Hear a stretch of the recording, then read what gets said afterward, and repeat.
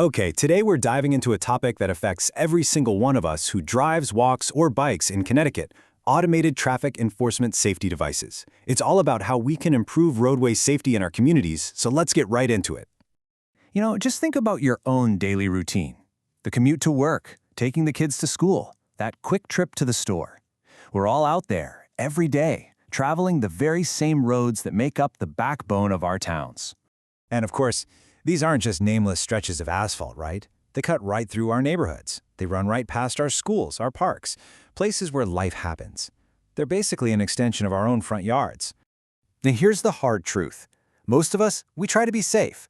But it only takes one person, for just a few seconds, making one bad decision, and a normal day can turn into an absolute tragedy. A moment of impatience can change lives forever. So the real question is, what can we do to stop those moments before they happen? Well, tackling this problem is a huge daily challenge, especially for our police officers. They're on the front lines of traffic safety every single day, and frankly, they're facing an uphill battle.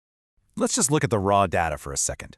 According to the National Highway Traffic Safety Administration, speeding was a factor in over a quarter of all traffic deaths back in 2019. Think about that, 26%. That's a staggering number of preventable tragedies. We ask so much of our police. They're juggling emergencies, investigations, and just a massive variety of calls for service. With staffing challenges and all these competing priorities, they just can't be everywhere at once. It's impossible to have an officer posted at every problem intersection for hours on end. And this is exactly where technology can step in to help. We're talking about something called a force multiplier, a tool that lets police extend their reach and enhance their capabilities without having to stretch their officers even thinner. So what is a force multiplier? It's pretty simple, really. It's any tool that makes a team dramatically more effective. In this case, automated enforcement provides that consistent 24/7 presence in a high-risk area.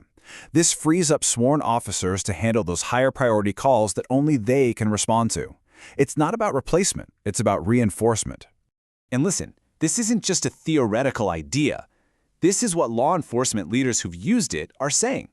Captain Patrick Timmons said that with this system, speeding was, quote, significantly reduced. That's not a sales pitch. That's a real-world result from a police captain on the ground. Now, I know what you might be thinking. When you hear automated enforcement, you might worry about oversight. But it's really important to know that here in Connecticut, there's a very specific, very deliberate legal framework designed to make sure these programs are all about safety and transparency. A town can't just decide to flip a switch on one of these systems overnight. It's a multi-step process. It starts with a municipal ordinance, requires a detailed traffic safety plan, involves public hearings for community input, and then it still needs final approval from the state. It's a thorough, public process from start to finish. And the law has some really critical safeguards built right in. First, the programs have to be justified by actual traffic studies and safety data, not just a whim. Second, as we said, public hearings are required. But this last one, this is absolutely crucial. The vendor, the company providing the technology, cannot be paid based on how many tickets are issued. This completely removes any profit motive and keeps the focus squarely on safety. All right, so let's peel back the curtain a little bit and talk about the technology itself. How does it work? And maybe more importantly, how is it different from other cameras we see out there? This is probably the biggest point of confusion, so it's worth clearing up. An automated traffic enforcement safety device, or ATSD, is not the same thing as an automated license plate reader, an ALPR. See, ALPRs are always on, constantly scanning every single plate that goes by and storing that data. ATSDs, on the other hand, are event-based. They sit dormant. They only activate and record data when a vehicle is actively breaking the law, like speeding or running a red light.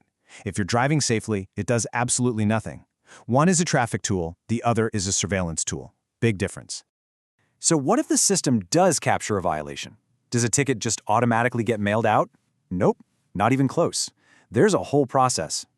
After the system captures the event, it goes through a quality check, and then, this is key, a sworn officer or a designated official has to personally review the evidence and approve or reject it.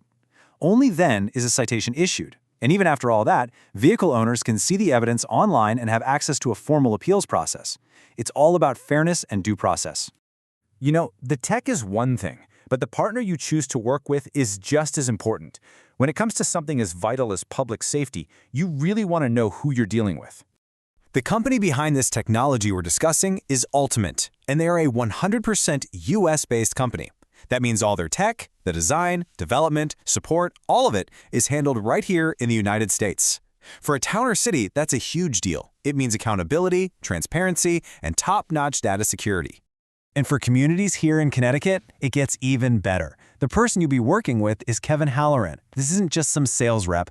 Kevin has over 35 years of law enforcement experience right here in Connecticut, including serving as the chief of police in both Brantford and North Brantford. He's not just selling a product. He's a peer who understands the specific challenges our local communities face.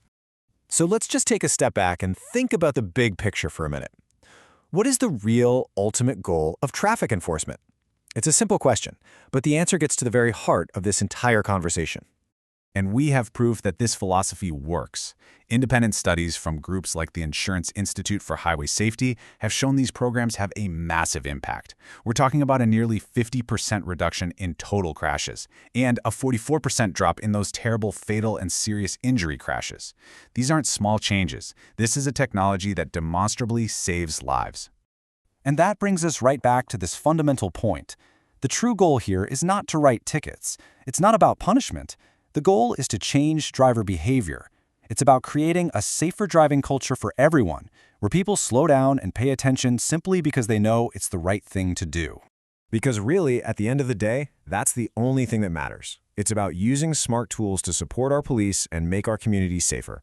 It's about encouraging everyone to drive a little more carefully so that every single person on every trip arrives home safely.